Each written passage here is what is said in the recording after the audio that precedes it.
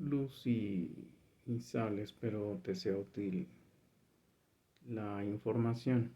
Quisiera decirte cómo opera el Espíritu Santo. Alguna vez oí a John MacArthur que decía que él hacía lo que le daba la gana.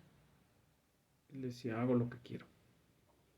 Y pues yo sé que esas frases son provocadoras, ¿no? Y viniendo de un pastor como que ya experimentado, maduro, sí sé que son provocadoras, pero después quise entender por qué.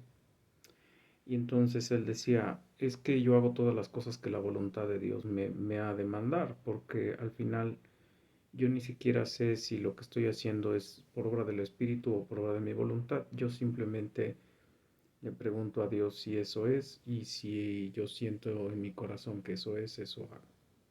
Así tomó a Grace Church, y ahí sigue pastoreando desde hace muchos, muchos años. Yo dije, pues está bien, pero cuando yo voy leyendo los pasajes de la Biblia, que insisto, cada que me siento a leer la Biblia le pido a Dios que sea una nueva historia. No porque yo olvide todo lo que ya aprendí, sino porque yo no me encasille en mis paradigmas, porque mis paradigmas pueden estar errados. Y que siempre me muestre algo diferente. De hecho, a ver si localizo el texto en Saúl.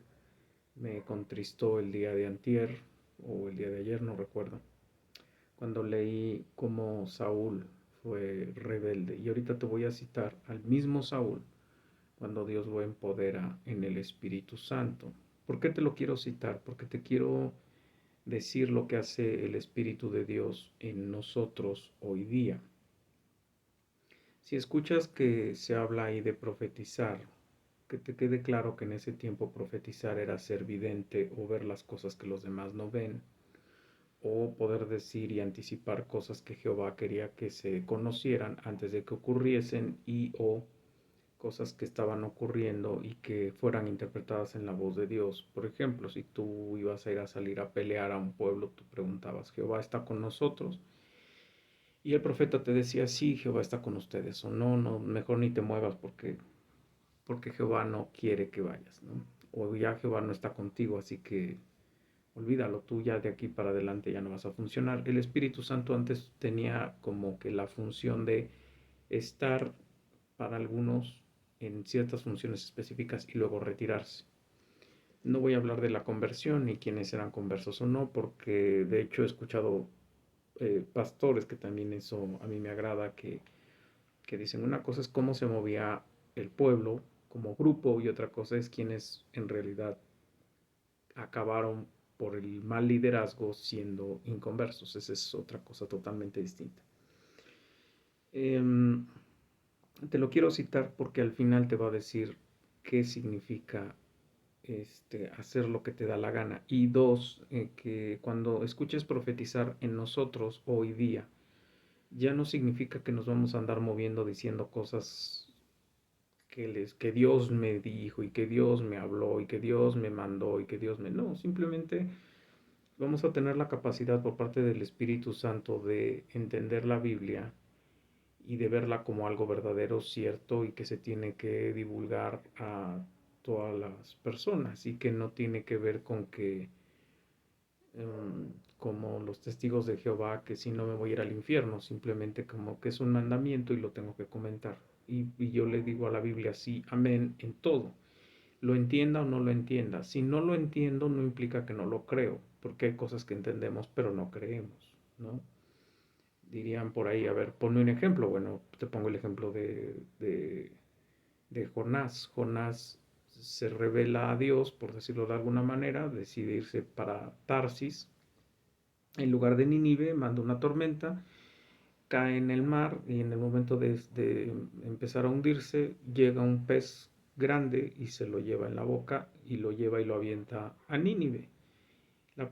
Ahí ya lo leí, ok, ahí está, sí es cierto, ahí está, o sea, ahí está escrito, sí es cierto, ok, ¿lo crees?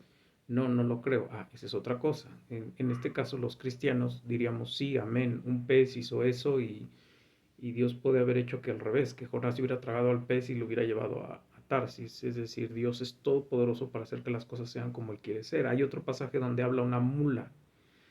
le habla a Balán, que es un sacerdote que le mandan a llamar para que maldiga a Israel. Y Jehová le dice, no, no lo vas a maldecir. Por alguna razón que no entiendo, Jehová le dice, sí, ve con ellos en una segunda petición, pero le dice, pero tú vas a decir lo que yo quiera que digas. Cuando él ya va saliendo para allá, algo hizo Balán, o algo estaba en la salida de Balán, o algo estaba en contra del corazón de Dios, que a Balán lo manda el ángel de Jehová a interceptarlo. La burra lo ve, él no lo ve.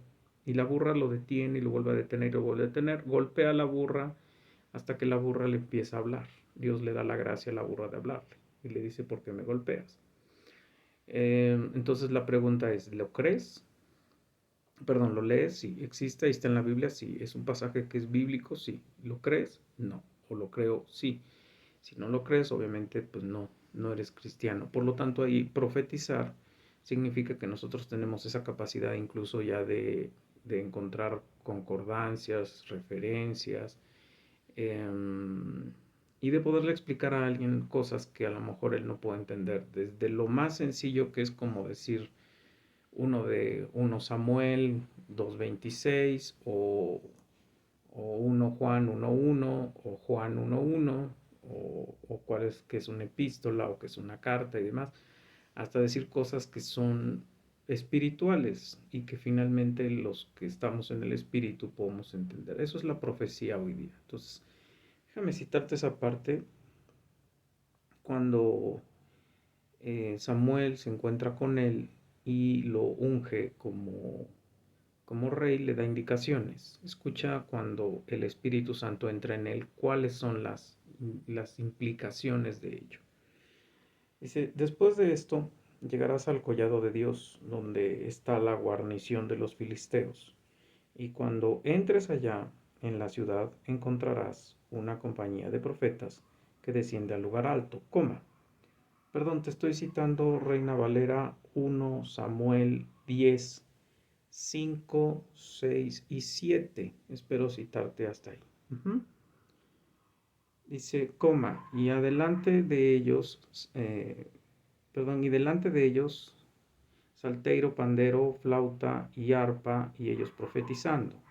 Entonces el Espíritu de Jehová vendrá sobre ti con poder y, ahí empiezan los, ¿qué va a pasar? Y profetizarás con ellos y serás mudado en otro hombre. Eso es lo que nos pasa a los que somos cristianos.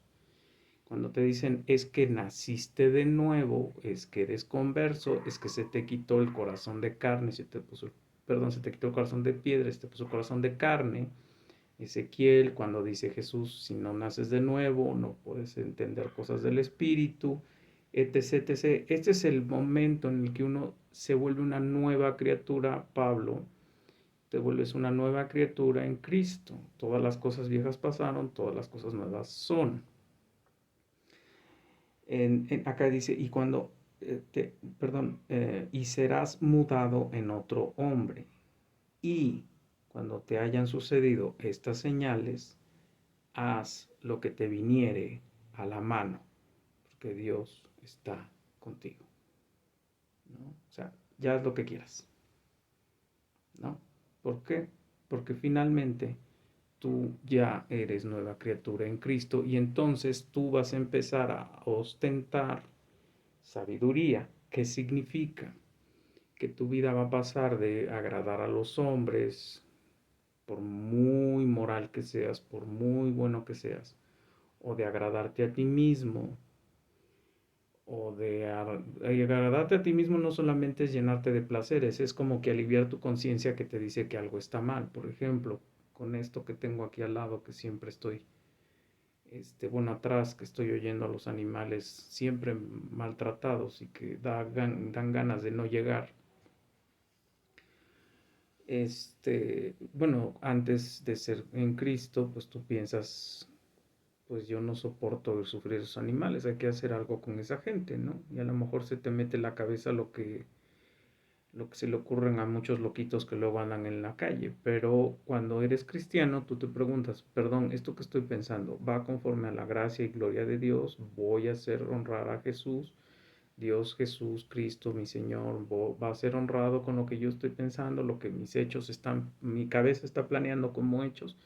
No, la verdad es que no. Entonces, por lo tanto, te constriñes y no haces esas acciones.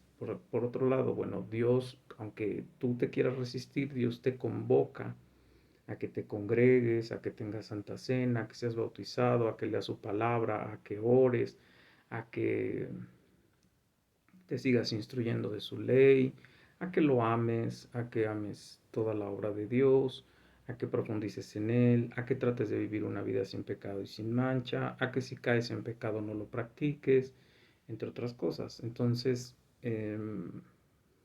eso es vivir bajo la unción del Espíritu Santo, que es el finalmente el que nos está ministrando todo lo que significa el entendimiento de un cristiano. Y nos da gozo cuando hacemos las cosas conforme a la gracia de Dios, que puede ser constreñido, que puede ser apagado, y eso, contristado, perdón, y apagado. Aunque eso ya lo había yo comentado en otro video.